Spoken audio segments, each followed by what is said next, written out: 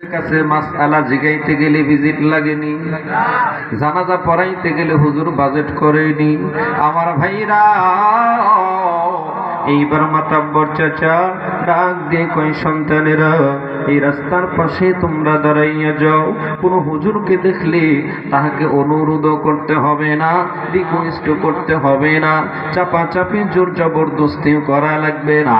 তুমি মাত্র শুধুমাত্র তোমার বাবার ইন্তিকালের কথাটা বলবা, দেখবা হুজুর নিজ দায়িত্বে তোমার বাবার জানাজাটা পড়াইয়া দেব। এই পরামর্শ পাইয়া সন্তানেরা রাস্তার মাঝে দাঁড়াইয়া গেল।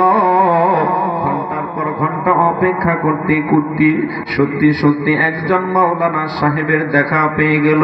আল্লাহু আকবার বলে। আমার ভাইরা, একজন মাওলানা সাহেবের দেখা পেয়ে গেল। মাওলানা সাহেবকে ডেকে ডেকে বলে, ভাই গো, আমার বাবা মারা গেছে, ইন্তিকাল করছে, কিন্তু আমরা জানাজা পড়াইতে পারি না।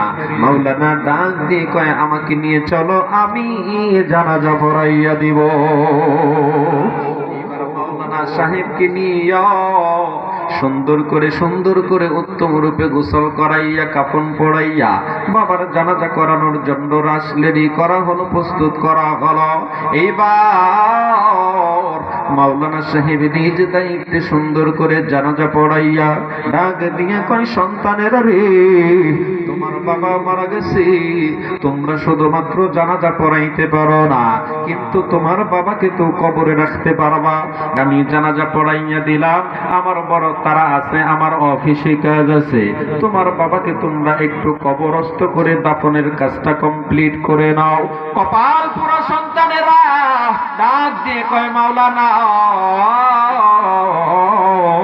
আমরা কবর দিকে বড় ভয় পাই, জীবনে কোনোদিন আমরা কবরে নামি নাই।